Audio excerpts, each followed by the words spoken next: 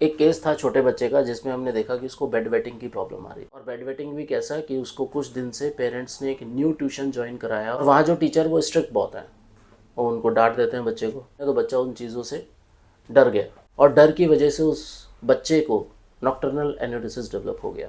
रात को बिस्तर पे पेशाब करना स्टार्ट किया उस बच्चे ने। फाइंड आउट किया गया तो पेरेंट्स ने बताया कि बच्चा कुछ दिन से कंप्लेन तो कर रहा है सर कि वो टीचर बहुत हार्ड है, मुझे बहुत गुस्सा करते हैं, आके फिर रोता है और बताता हुआ भी रोता है कि मुझे ट्यूशन नहीं जाना है। और कंप्लेन कहाँ आई, उसका एक मेंटल प्लेन डिस्टर्ब हुआ और एक बिहेवियर डिसऑर्डर बच्चे के अंदर जनरेट हो गया, नॉक्टर्नल एनोरेसिस। बच्चे ने बिस्तर पे पेशाब करना शुरू कर दिया। जो बिहेवियर डिसऑर्डर्स होते हैं वो किस तरह से डेवलप होते हैं, अगर बच्चों में कुछ बुरा कह देने के बाद टीचर ने स्कोल्ड कर दिया या फिर हमने ही बच्चे को गुस्से में कुछ जाके बोल दिया और वो उसने फील कर लिया, ये बिहेवियर डिसऑर्डर डेवलप हो जाते हैं। और जब हम कभी ऐसी मेंटल सफरिंग को सप्रेस कर लेते हैं तो भी दिक्कतें बनती हैं।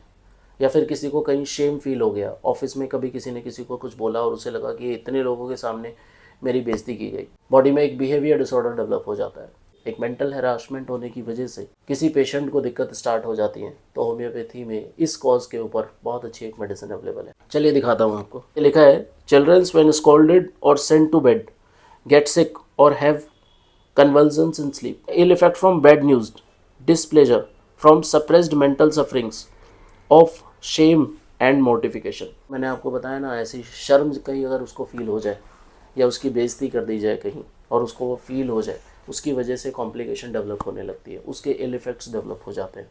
मैं आपको ये डॉक्यूमेंटेशन इसलिए दिखाता हूँ जिससे आप ये जान सकें कि होम्योपैथी कितना वास्ट है, कैसी कैसी बहुत छोटी और बहुत इंपॉर्टेंट बातों को हम ड्रॉप आउट नहीं करते हैं। वो एक पिक्यूलियर सिम्टम हो सकता है आपको ठीक करने का। तो अगर आप भी कभी ऐसे ह्यूमिलेट हुए हैं और उसकी वजह से आपको इशू क्रिएट हुआ है तो होम्योपैथी में कंसल्टेशन लीजिए। आपके इस बिहेवियर को टेक केयर किया जा सकता है और अच्छे इम्प्रूवमेंट्स के साथ विदाउट एनी साइड इफ़ेक्ट्स आपकी इस प्रॉब्लम को सॉल्व किया जा सकता है। Take care.